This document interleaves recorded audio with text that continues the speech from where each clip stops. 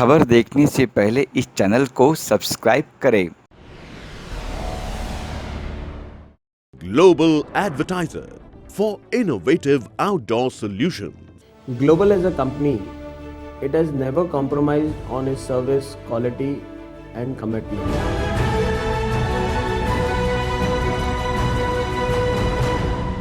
महाराष्ट्र के पालघर जिले में हुए संतों व ड्राइवर की निर्मम हत्या पर जब हमने ब्रह्मचारी देवेंद्र भाई जी से सवाल किए तो उल्टा ब्रह्मचारी देवेंद्र भाई जी ने हमें ही सवालों से घेर लिया। क्या साधु सुरक्षित है? कौन बचाएगा संतों को? इत्यादि इत्यादि से ब्रह्मचारी देवेंद्र भाई जी ने केंद्र और राज्य सरकार से विनती की है कि हत्याओं के दोषियों को उनके खिलाफ सख्त से सख्त कार्रवाई की जाए और जल्द से जल्द उन्हें सजा दी जाए। आपको बता दें कि इस घटना का संज्ञान लेते हुए महाराष्ट्र मुख्यमंत्री उद्धव ठाकरे ने कहा कि 100 आरोपियों को गिरफ्तार कर लिया है और इसे सांप्रदायिक हिंसा नहीं माना है। वैसे ब्रह्मचारी देवेंद्र भाई जी ने क्या कुछ कहा?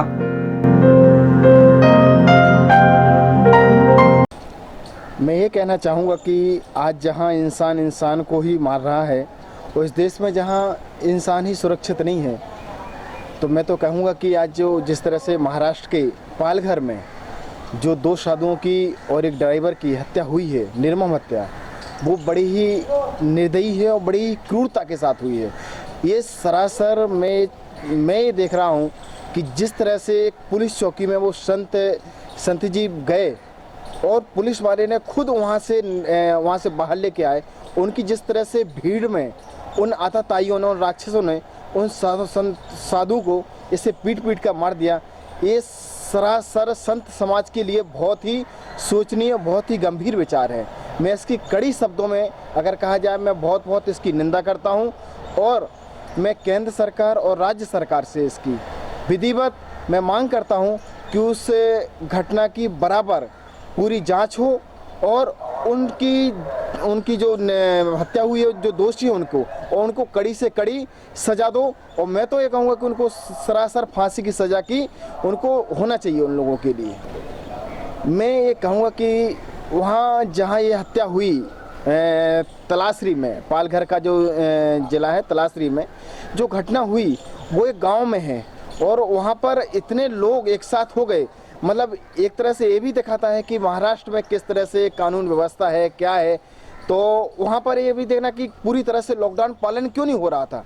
तो इसमें सवाल खड़ा हो जाता है महाराष्ट्र सरकार पर कि इस तरह से ऐसा आखिर हुआ क्यों? क्योंकि प्रशासन कहीं ढीले प्रशासन की क्या वजह थी, ये उनको सोचना चाहिए। और ये सीधा प्रश्न खड़ा होता है पुलिस के ऊपर कि जब संत जी आपके शरण में वहाँ पर आए, चौकी में आए आपके, तो वहाँ पर आपको पुलिस बल का प्रयोग करना चाहिए था। आप अगर वहाँ पर आपके होश वाकम थी तो आपके लिए वहाँ पर और आपने वहाँ से फ़ोन करके आप और लोगों को बुला सकते थे, तो वो क्यों नहीं किया आपने? तो प्रश्न खड़ा होता है वहाँ की पुलिस पर, वहाँ प्रशासन पर खड़ा होता है।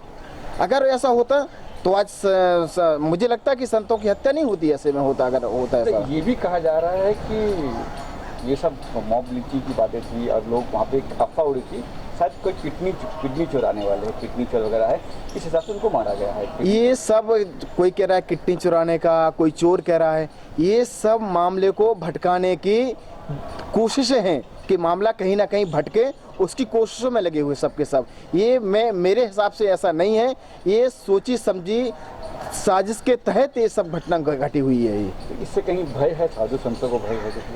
लगता है साधु संतों का भय मुझे नहीं लगता कि साधु संत जो अपना घर परिवार सब कुछ छोड़कर देश और समाज के कल्याण के पथ पर और सबकी भावना, वसुधैव कुटुंबकम की भावना रखता है, जी और जीने दो की भावना रखता है, वो संत किसी को नुकसान क्या पहुंचा सकता है भली है? उसके लिए इतनी निर्दयता के लिए ऐसा करा, तो संत समाज में एक रोष तो है कि संत समाज, मैं भी इस पर कहूँ कि इस तरह की से ऐसा नराधम राक्षसों ने ऐसे समाज में जीवित है और संतों के लिए ऐसा हो रहा है, तो एक सोचनीय विचार है। एक मतलब इसके लिए हम जरूर सोचेंगे कि अब आगे हमें यहाँ लोगों को क्या करना है, क्या नहीं करना है, एक सोचनीय कि पूरा ये वो है। तो लॉकडाउन के बाद कुछ एक्शन लेना सोचे कि साधु कुछ एक्शन ले ताकि सरकार जागरूक हो, तो प्लान है?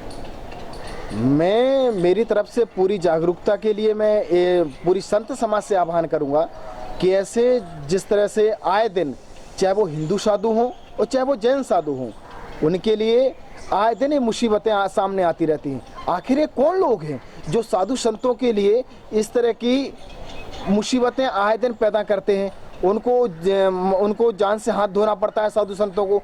आखिर हैं कौन वो लोग? इनके लिए पूरी पुख्ता जांच हो और इन पर कड़ी से कड़ी कार्रवाई हो, और नहीं होती है तो पूरा संत समाज इनके लिए विरोध में एक बहुत बड़ा आंदोलन के रूप में ये देखने को मिलेगा। तो आखिर में क्या अपील करना चाहेंगे लोगों से, जनता से यार? मैं ये अपील करना चाहूँगा पूरी भारत की जो हमारे भाई बहन हैं उनसे तमाम अपील करना चाहूँगा, अगर आपके नगर में आपके वहाँ साधु संत अगर निकलते हैं तो आपकी ये सुरक्षा बनती है, आपका दायित्व बनता है आपका कि उनकी रक्षा के लिए आप उनकी रक्षा करें, उनकी यथासंभव जो हो सके उनकी भक्ति करें, और उनके साथ साथ जहां वो जाना चाहते हैं वहां तक उनकी पहुंचाने की आप भी व्यवस्था करें। अगर मैं नहीं समझता हूं कि अगर ये जो हत्या यहाँ पर हुई है महाराष्ट्र में, कि वो किसी सोची समझी साजिश के तहत तो हुई है, लेकिन मैं ये कहना चाहूँगा कि आप उनके लिए, अगर हमारे साथ कोई कोई उनके साथ श्रावक लोग होते, कोई उनके भक्त होते, तो आज ये घटना नहीं होती। तो मैं कहना चाहूँगा कि उनके आश्रय के लिए कम से कम कुछ लोग उनके साथ चलें, उनकी व्यवस्था करें। भारत के जितने सनातनी समाज है, मैं आग्रह करना चाहता हूँ कि ऐसा उनके साथ ना हो। इसीलिए हम अपने सभी संतों की सुरक्षा दायित्व खुद संभालें और खुद हम उन संतों की रक्षा करें।